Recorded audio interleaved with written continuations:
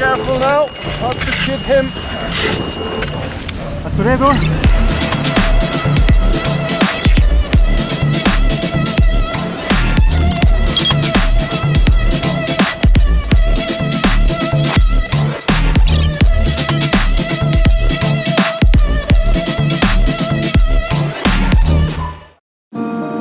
In this series we'll be talking about the Avalanche safety gear that we use in the backcountry.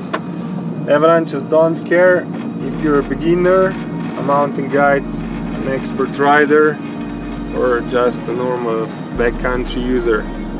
If you are at the wrong place at the wrong time, or if you make a wrong decision, it can happen. Remember that any of the described gear that we're gonna talk about today won't save you from the avalanches. It will just increase your survival chances. I still remember the words of my instructor on the mountain guiding course, Dusan Polajnar, high tech, low brain. So it really doesn't matter what kind of high-end gear you use. At the end, it all comes down to your own decision that you're gonna make on the field.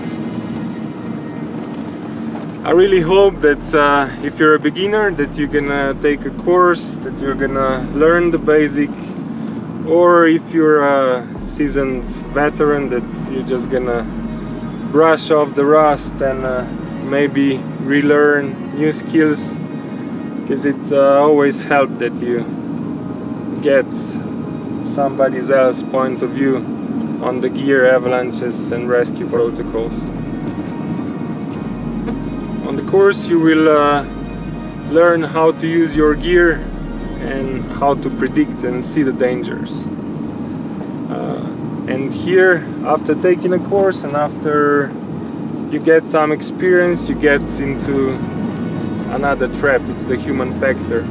Because after a few seasons you're gonna think you know everything, and therefore you're also gonna be risking more.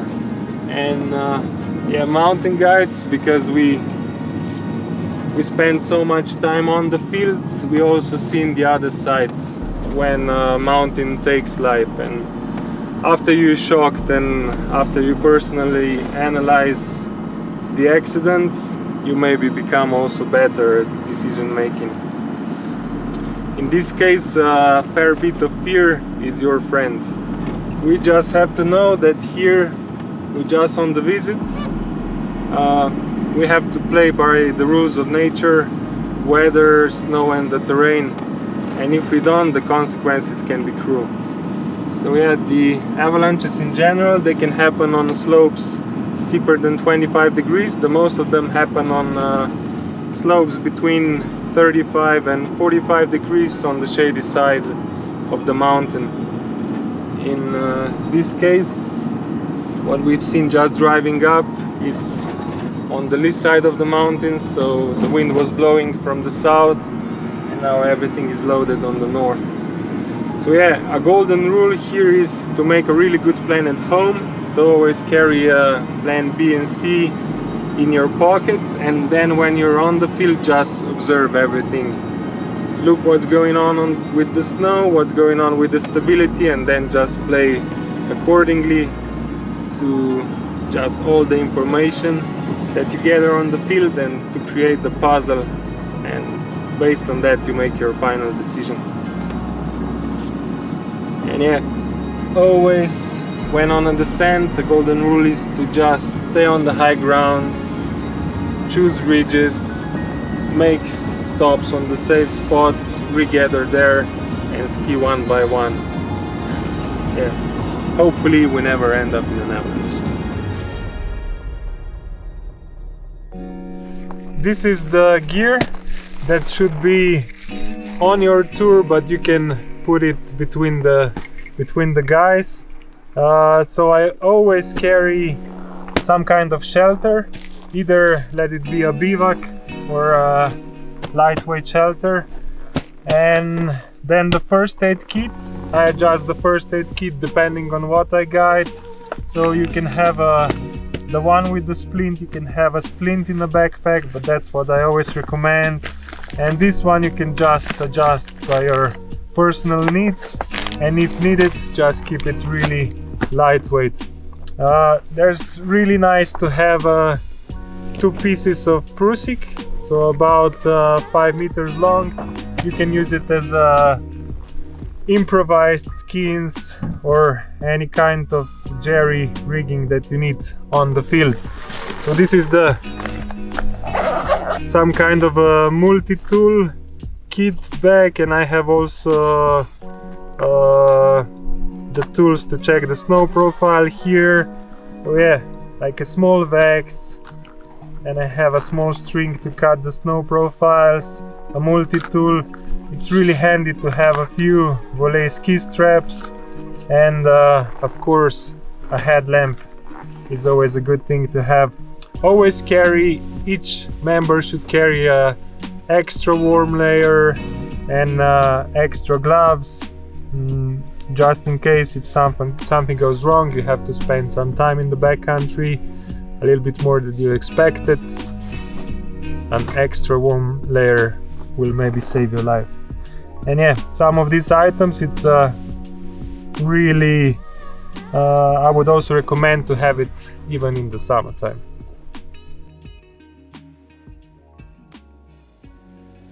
If a person gets buried in an avalanche, your goal is to organize a group, make a search, pinpoint micro-location, dig them out and clear their airways in less than 15 minutes.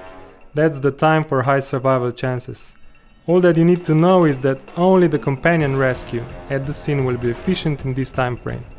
When relying on someone else or mountain rescue teams keep patrol, survival chances drastically drop. Today we will focus on the gear that we use, not on how to prepare and plan for the tour. To learn more about the rescue protocols, please come and attend one of our courses where we'll teach you basics but crucial elements about how to prepare for the tour, terrain selection, using gear, and how to organize an efficient companion rescue. Also, in our previous video we talked a bit more about how to check the weather and avalanche conditions. Now let's see the first item. In the winter time in the mountains, we always have to carry a beacon with us. So this is a device that, no matter of a manufacturer, it sends and transmits, gets the signal of 457 kilohertz. So when we are on the tour, when we go into the mountains, we have it in the send mode, and it silently beeps, sends the signal all day long. In case someone gets buried in an avalanche, we turn it into search mode and we look for the signal. Before every season, check the beacon at home for any mechanical damages, switches and battery compartment. At the start of every tour, pay attention to the beacon self-check and battery level. Check both functions of the beacon, search and send mode. Make sure to have all electronic devices and anything made of metal or magnets at least 20 centimeters away. In case that your device has a group check mode, we highly recommend to use it. First we check the search and send mode of every beacon in the group. The whole time on the tour, beacons remain in send mode. We recommend to keep quiet while I check till the point when everyone has their beacons in send mode. Make sure that also the guide switches his beacon into send mode. Make sure that the beacon stays in send mode the whole time during the day. Before descent, check send mode again. Buckle up, puts into ski mode. Remind everyone not to use straps on pose, helmets on.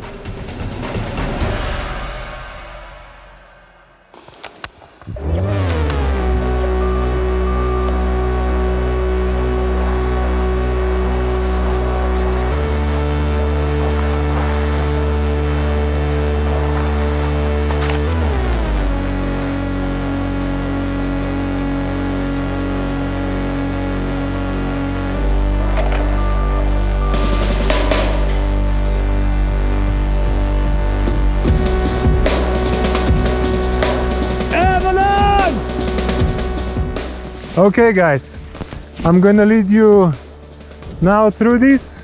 First, let's put our beacons out. Matej, did you remember the point where we last saw Clement? Yeah, I saw it.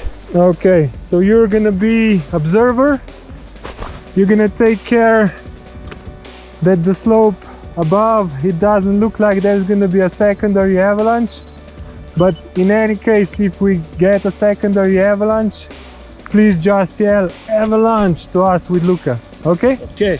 In the meantime, you're gonna call 112 and you're gonna specifically say where we are, what's the weather here, and that we have an avalanche accident, one person in the avalanche, yeah? Okay, all clear. Okay. Beacons in search mode. Search mode. Okay, Luca, you have beacon in search mode. I have it. We have it, yeah. So I'm gonna scan. Now just really go zigzag through all of the debris. Look for any signs of life and look for the signal, and just also be careful how you ski down. Okay? Okay.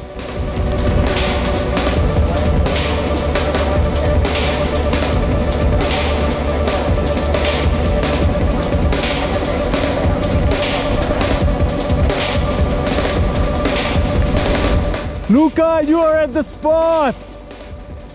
He disappeared there! I see the pole here!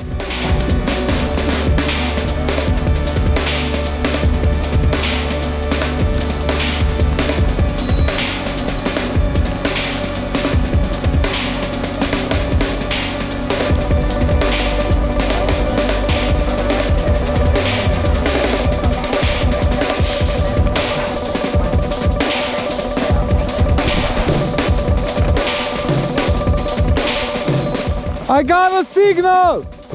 So now Luca got the signal. He needs to make sure that he follows the arrows on the screen, direction indicator, and that distance numbers are dropping constantly. 10 meters! Get the shovel and probe ready! Getting off my skis.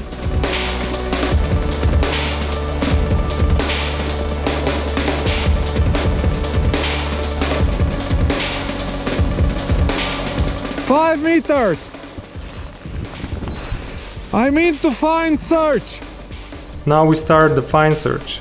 We really slow down to allow our beacon to process the data. Here.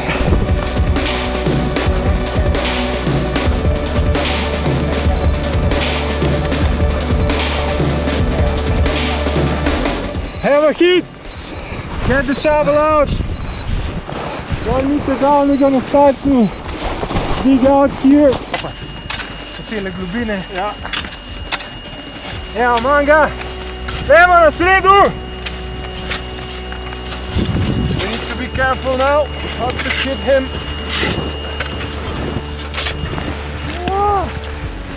Na sredu. Ja. Evo. A lahko dihaš? Evo, super. Jaz bom preveril signal. Ja, jaz tu stopil zdajle.